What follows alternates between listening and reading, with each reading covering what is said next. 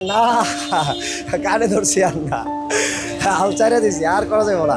আমি 17টা গরু লড়ছিলাম, আমি 17টা গরু লওয়ার পরে 12টা গরু বিক্রি হয়েছে। 12টা গরুর মধ্যে 9টা গরু আমার লস বিক্রি হয়েছে, কারণ গরুতে এবার দাম নাই। এবার গরুতে প্রথম যারা আইসা তারা প্রথমে ছেড়ে দিচ্ছে, হেরাই ভালো দাম পাইছে। আজকে ছোট গরুর তো চাহিদাই নাই, শুধু বড় বড় গরুর চাহিদা। তাও যেই দামে মনে করেন যে বড় গরু পাওয়া যাবে না, এই ছোট গরু পাওয়া যাবে না, এই দামে বড় গরু নিতেছে।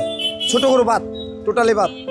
মানে 80,000 টাকা যে এই যে ছোট ছোট গরু, যেটা 80,000 টাকার গরু, এই গরু এই টাকা দিয়ে এখন বড় গরু কিনতেছে, যেটা 1,20,000 টাকার গরু এটা পাইতেছে।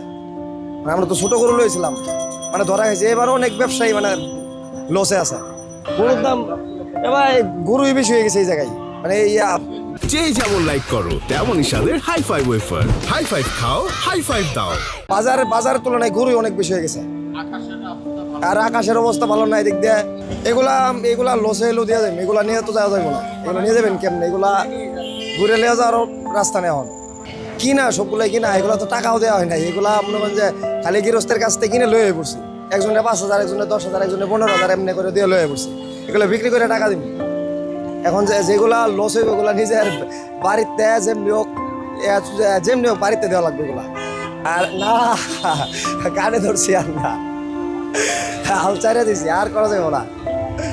গরু ব্যবসা আর করবো না।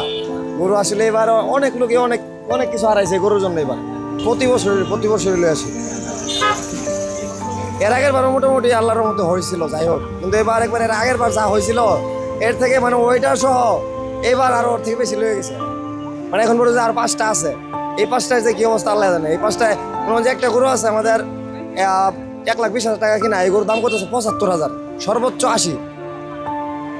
দেখেন 75,000 কই আর 1,20,000 কই।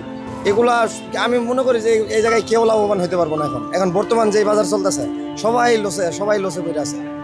এখন যারা বিক্রি করবো লাভবান হয়ে কেউ বিক্রি করতে পারবো না, আরো কমে দিতে হইব। আর যারা ছোট গরু লয়েছে এগুলা বাদ, এগুলা লয়ে যাইতে হইব, এগুলার চাহিদা নাই।